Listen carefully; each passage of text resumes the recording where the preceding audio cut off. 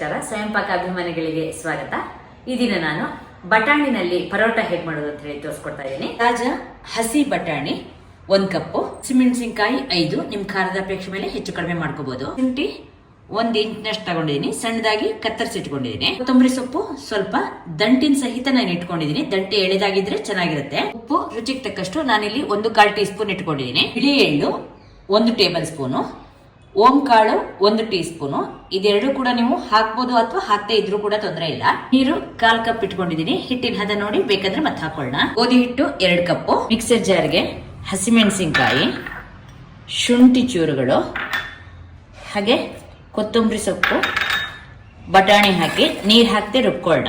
ನೀರ್ ಹಾಕದೆ ಒಮ್ಮೆ ರುಬ್ಬಿದ್ದೀನಿ. ಈಗ ಸ್ವಲ್ಪ ನೀರ್ ಹಾಕೊಂಡು ನುಣ್ಣಕ್ಕೆ ರುಬ್ಕೊಳ್ಳೋಣ. ಗೋಧಿ ಹಿಟ್ಟನ್ನ ಒಂದು ದೊಡ್ಡ ಪರಾತಕ್ಕೆ ಹಾಕೊಳ್ಳೋಣ, ಕಲ್ಸ್ಕೊಳ್ಳೋಕೆ ಅನುಕೂಲವಾಗುತ್ತೆ. ಅದಕ್ಕೆ 1 ಟೇಬಲ್ ಸ್ಪೂನ್ ಅಷ್ಟು ಎಣ್ಣೆ ಹಾಕಿದ್ದೀನಿ, ಉಪ್ಪು, ಬಿಳಿ ಎಳ್ಳು, ಓಂ ಕಾಳು. ಇದನ್ನ ನೀರು ಹಾಕ್ತಾನೆ ಒಂದ್ಸಲ ಕಲ್ಸ್ಕೊಳ್ಳೋಣ. ಬಟಾಣಿನ ನುಣ್ಣಕ್ಕೆ ರುಬ್ಕೊಂಡಿದ್ದೀನಿ. ಇದನ್ನ ಹಾಕ್ಬಿಟ್ಟು ಚೆನ್ನಾಗಿ ಕಲ್ಸ್ಕೊಳ್ಳೋಣ, ನಾದ್ತಾ ಕಲ್ಸ್ಕೊಳ್ಳೋಣ. ಈಗ ಮಿಕ್ಸರ್ ಜಾರಿಗೆ ಕೂಡ ಸ್ವಲ್ಪ ನೀರು ಹಾಕ್ಕೊಂಡು, ಜಾಸ್ತಿ ಹಾಕೋಬೇಡಿ, ಮತ್ತು ಬೇಕಂದರೆ ನೋಡ್ಕೊಂಡು ಹಾಕ್ಕೊಳ್ಳೋಣ. ಅದನ್ನು ಕೂಡ ಇದಕ್ಕೆ ಹಾಕ್ಕೊಳ್ಳೋಣ, ಚೆನ್ನಾಗಿ ಕಲಿಸ್ಕೊಳ್ಳೋಣ. ನಾನೀಗ ಇದಕ್ಕೆ ಸ್ವಲ್ಪ ನೀರು ಹಾಕ್ಕೊಂಡು ಕಲಿಸ್ಕೊಂಡಿದ್ದೀನಿ. ನಾನೀಗ ಎಲ್ಲ ಸೇರಿಸಿ 1/4 ಕಪ್ನಷ್ಟು ನೀರು ಹಾಕಿದ್ದೀನಿ.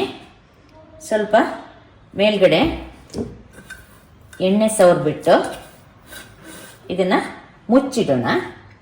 ಹಿಟ್ಟನ್ನು ನೆನೆ ಇಟ್ಟು ಸುಮಾರು 1 ಗಂಟೆ ಆಗಿದೆ. ಅರ್ಧ ಗಂಟೆ ಮೇಲೆ ನೆನೆದ್ರೆ ಸಾಕು, ಹೆಚ್ಚಾದರೂ ಕೂಡ ತೊಂದರೆ ಇಲ್ಲ.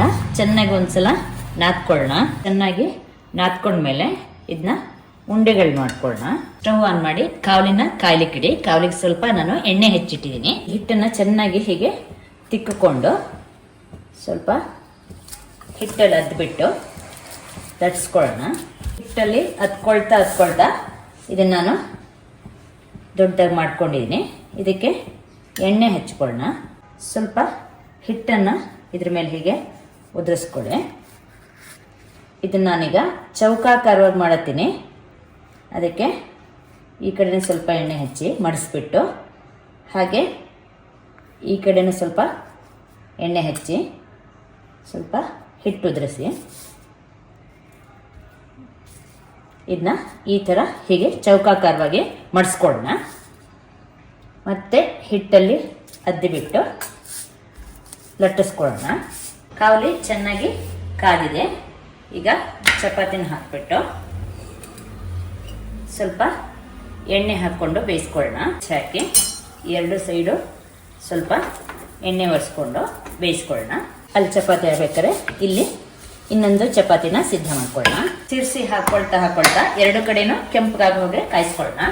ವೃತ್ತಾಕಾರವಾಗಿ ಲಟ್ಟಿಸ್ಬಿಟ್ಟು ಇದಕ್ಕೆ ಎಣ್ಣೆ ಹಚ್ಕೊಳ್ಳೋಣ. ಹಾಗೆ ಸ್ವಲ್ಪ ಹಿಟ್ಟು ಮೇಲೆ ಉದುರಿಸ್ಬಿಟ್ಟು ಇದನ್ನು ನಾನು ಹೀಗೆ ತ್ರಿಕೋಣ ಆಕಾರ ಮಾಡ್ತಾ ಇದ್ದೀನಿ. ಸ್ವಲ್ಪ ಹಿಟ್ಟು ಹಾಕಿ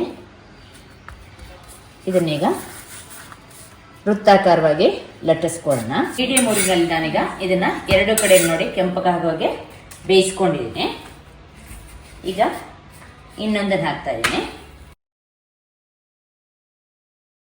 ಇದೇ ಥರ ನೀವು ಎಲ್ಲವನ್ನು ನಿಮಗೆ ಯಾವ ಆಕಾರ ಬೇಕೋ ಆ ಆಕಾರಕ್ಕೆ ಮಾಡ್ಕೊಳ್ಳಿ. ಒಟ್ಟು 12 ಪರೋಟ ಆಗಿದೆ ನೋಡಿ. ನಾನೊಂದು ತೋರಿಸ್ತೀನಿ ಎಷ್ಟು ಮೆತ್ತಗೆ ಚೆನ್ನಾಗಿ ಬಂದಿದೆ ಅಂತ ಹೇಳಿ. ಈ ಬಟಾಣಿ ಪರೋಟ ಹಾಗೆ ತಿನ್ಲಿಕ್ಕೂ ಚೆನ್ನಾಗಿರುತ್ತೆ, ಅಥವಾ ನೀವು ಜೊತೆಗೆ ಉಪ್ಪಿನಕಾಯಿ ಅಥವಾ ಕಾಯಿ ಚಟ್ನಿ ಒಟ್ಟಿಗೆ ತಿನ್ಲಿಕ್ಕೆ ಚೆನ್ನಾಗಿರುತ್ತೆ.